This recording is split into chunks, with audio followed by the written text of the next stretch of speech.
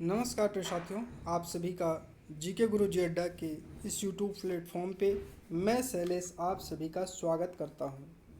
हम लोग कल का टॉपिक डिस्कशन कर रहे थे बाबर की एक प्रसिद्ध किस पुस्तक जिसका नाम था बाबरनामा। आइए हम लोग उसमें आगे देखते हैं। बाबर नामा में बाबर ने विजयनगर के शासक कृष्णदेव राय को समकालीन भारत का सबसे शक्तिशाली शासक बताया। बाबर लिखता है कि भारत के लोग खूबसूरत नहीं हैं, अक्लमंदी और प्रतिभा दुर्लभ है, कला और दस्तकारी पिछड़ी हुई है। संभवतः बाबर की यह राय समाज के पिछड़े वर्ग के बारे में है। इसको पूरे हिंदुस्तान के समाज पर लागू करना उचित नहीं होगा। बाबर ने आगे लिखा कि हिंदुस्तान एक बहुत बड़ा देश है और यहाँ सोने चांदी की अथाह संपत्ति है। भारतीय मरना जानते हैं, लड़ना नहीं। यह कथन किसका है? तो यह कथन है बाबर का। आगे हम लोग पढ़ेंगे हुमायूं, जो बाबर का बेटा है। इसको दो हिस्सों में पढ़ेंगे, 1530 से 40, 1555 से 56। प्रारंभिक जीवन, इसका जन्म जो होता है माहम बेगम बाबर की पत्नी के गर्भ से 6 मार्च 1508 को काबुल में हुआ। 4 पुत्र थे बाबर के, हुमायूं, कामरान, अस्करी, हिंदाल में हुमायूं और हिंदाल, और इन चारों में हुमायूं सबसे बड़ा था। बाबर ने अपने मृत्यु से पूर्व चारों पुत्रों में से अपना जो उत्तराधिकारी था वो हुमायूं को बना दिया था। और बात किया जाए, हुमायूं 12 वर्ष की आयु में बदस्खां का सूबेदार बना था। हुमायूं के राज्याभिषेक की बात करते हैं। जब इसके पिता बाबर की मृत्यु होती है तो 26 दिसंबर 1530 को, बाबर की मृत्यु के बाद 30 दिसंबर 1530 ईस्वी को 22 वर्ष की आयु में आगरा में हुमायूं का राज्याभिषेक किया गया। तो हुमायूं का राज्याभिषेक कहाँ हुआ? आगरा में। शासक बनने के बाद हुमायूं ने अपने भाइयों को भूप्रदेश प्रदान किया, जिनमें अस्करी को संभल, हिंदाल को मेवात और कामरान को काबुल और कंधार दिया। बाद में असंतुष्ट कामरान ने लाहौर और मुल्तान पर भी अपना अधिकार जमा लिया। हुमायूं के सामने कुछ प्रारंभिक कठिनाइयां थी। आइए इन कठिनाइयों की चर्चा करते हैं। राज्याभिषेक के बाद हुमायूं को अनेक आंतरिक कठिनाइयों का सामना करना पड़ा। कालांतर में उसके भाइयों ने उसका साथ नहीं दिया। हुमायूं के सबसे बड़े शत्रु अफगान थे, क्योंकि वे बाबर के समय से ही मुगलों को भारत से बाहर खदेड़ने के लिए प्रयत्नशील थे। बाबर अपने साम्राज्य को संगठित करने और उसकी उचित शासन व्यवस्था करने में सफल नहीं हुआ था। मिल्सन ने लिखा है, इतिहासकार हैं, कि जब उसकी मृत्यु हुई बाबर की, तो पूर्वकालीन मुसलमान राजवंशों की भांति मुगल राजवंश की जड़ें भी भारतीय भूमि पर जम नहीं सकी थी। हुमायूं के सामने कुछ प्रारंभिक कठिनाइयां निम्नवत थी। आइए इन कठिनाइयों की चर्चा करते हैं। साम्राज्य का विभाजन। हुमायूं का अपने भाइयों के साम्राज्य में हिस्सा देना उसकी प्रारंभिक भूलों में सबसे बड़ी भूल मानी जाती है। दूसरी बात करते हैं उसका वित्त, राज्य खाली होना, रिक्त राजकोष। बाबर ने दिल्ली पर अधिकार करने के पश्चात वहां के राजकोष को खुले हाथों अपने सैनिकों में वितरित किया। पानीपत के युद्ध के बाद काबुल की जनता को चांदी के सिक्के वितरित किए। परिणाम स्वरूप बाबर की इस अपव्यय नीति के कारण राजकोष खाली हो गया। हुमायूं ने भी शासक बनने के पश्चात आर्थिक स्थिति को सुधारने का प्रयत्न नहीं किया, न ही धन का व्यय रोकने का प्रयास किया। परिणामतः साम्राज्य आर्थिक दृष्टिकोण से कमजोर होता गया। बाबर ने खानवा के युद्ध में राणा सांगा को परास्त किया था। बाबर के अंतिम समय में राजपूत पुनः संगठित होने लगे। इस बार राजपूतों का नेता राणा सांगा का पुत्र रतन सिंह था, मुगलों को भारत से निष्कासित करने के लिए, जिसने दृढ़ संकल्प ले लिया था कि हम इसको भारत से भगा कर ही बाहर दम लेंगे। अब आगे जब बात करते हैं तो अगली जो समस्या थी वो अफगान समस्या थी।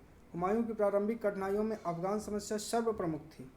राजपूतों के साथ साथ अफगान सरदार भी पुनः अपना राज्य प्राप्त करने की चेष्टा कर रहे थे। पानीपत के युद्ध में यद्यपि इब्राहिम लोदी पराजित हो मारा गया, किंतु इसे अफगान शक्ति का उन्मूलन नहीं होता है।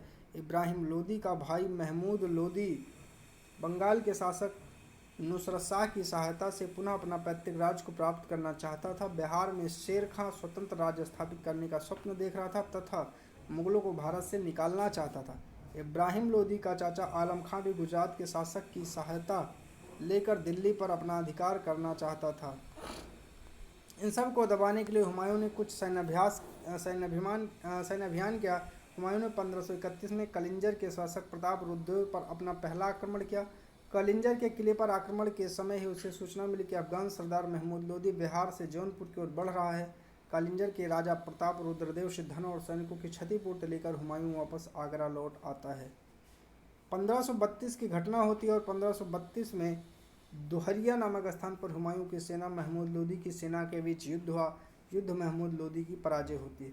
1532 में हुमायूं ने चुनार किले पर घेरा डाला। हुमायूं के चुनार के किले पर आक्रमण के समय यह किला अफगान नायक शेर खां शेर शाह सूरी के अधीन था। 4 महीने लगातार उसने किले पर घेरे रहने के बाद शेर खां एवं हुमायूं में एक समझौता हो गया। समझौते के तहत शेर खां ने अपने पुत्र कुतुब खां को एक अफगान सैनिक की टुकड़ी के साथ हुमायूं की सेना में भेजना स्वीकार कर लिया था। बदले में चुनार का किला शेर खां के अधिकार में छोड़ दिया गया। हुमायूं ने कहा, जाओ इस किले को तुम ले जाओ, हम तुम्हें छोड़ते हैं। बात आती है 1534 और 35 की। देखते हैं यहाँ क्या घटनाक्रम होता है। तो 1534 की बात करते हैं तो 1534 में बिहार में मोहम्मद जमान मिर्ज़ा मोहम्मद सुल्तान मिर्ज़ा के विद्रोह को हुमायूं ने सफलतापूर्वक दबा दिया।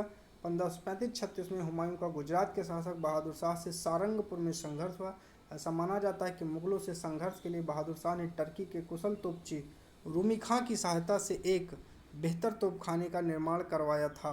हालांकि हुमायूं के खिलाफ युद्ध में बहादुर शाह की पराजय हुई और वह मांडू भाग गया। इस तरह हुमायूं द्वारा मांडू एवं चंपानेर पर विजय के बाद मालवा एवं गुजरात उसके अधिकार में आ जाता है, और जब इन क्षेत्रों पर वो अधिकार कर लेता है तो कुछ समय बाद बहादुर शाह ने पुर्तगालियों के सहयोग से पुनः गुजरात व मालवा पर अधिकार कर लिया।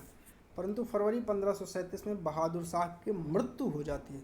जब बहादुर शाह की मृत्यु हो जाती है तब यह शासन व्यवस्था कमज़ोर पड़ने लगती है। आगे चलते हैं। 1537 में हुमायूं पूर्व की ओर बढ़ा।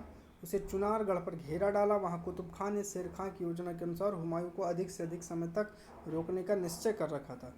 6 माह के पश्चात हुमायूं ने पूर्व का द्वार, ये इंपॉर्टेंट क्वेश्चन है, कहे जाने वाले चुनार दुर्ग पर अपना कब्जा लिया और बंगाल की ओर बढ़ने लगा। गौड़ बंगाल की राजधानी की बात करते हैं तो जो गौड़ थी वो बंगाल की उस समय राजधानी थी। गौड़ बंगाल की राजधानी के पास स्थानीय सरदारों से उसका युद्ध हुआ जिसमें अत्यधिक मौतें हुई। इसी कारण हुमायूं ने इस जगह का नाम जनताबाद रख दिया। बंगाल से लौटते समय हुमायूं शेर खां के बीच बक्सर के निकट चौसा नामक स्थान पर 27 जून 1539 को युद्ध हुआ जिसमें हुमायूं पराजित हुआ। ये इंपॉर्टेंट है कि चौसा का युद्ध किसके किसके बीच हुआ, तो ये हुमायूं और शेर खां के बीच हुआ। 27 जून 1539 को हुआ और परिणाम हुमायूं पराजित होता है। आगे बात करते हुए हुमायूं एक भिस्ती निज़ाम की सहायता से अपनी जान बचाने में किसी तरह सफल रहा। ऐसा माना जाता है कि जिस भिस्ती की सहायता से हुमायूं अपना जान बचाने में सफल रहा उसे हुमायूं ने एक दिन के लिए बादशाह बनाया और भिस्ती ने चमड़े के सिक्के जारी किए। यह भी उल्लेख मिलता है। इसका उल्लेख जो मिलता है वो गुलबदन बेगम की रचना हुमायूं नामा में मिलती है। इंपॉर्टेंट क्वेश्चन है, हुमायूं नामा की रचना किसने की है? गुलबदन बेगम ने की है। चौसा के युद्ध में सफल होने के बाद शेर खां ने अपने को सुल्तान घोषित किया और शेरशाह की उपाधि धारण के साथ ही अपने नाम के खुतबे पढ़े और सिक्के ढलवाने का आदेश दिया।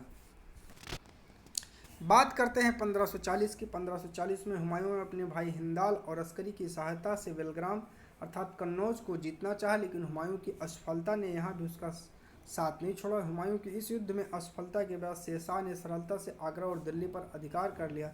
इस तरह हिंदुस्तान की राजसत्ता एक बार फिर से अफगानों के हाथों में आ गई। तो आज के वीडियो में बस इतना ही। कल मिलेंगे तो आगे चर्चा करेंगे इसके महत्वपूर्ण बिंदुओं पर। वीडियो को लाइक करें, चैनल को सब्सक्राइब करना ना भूलें। धन्यवाद।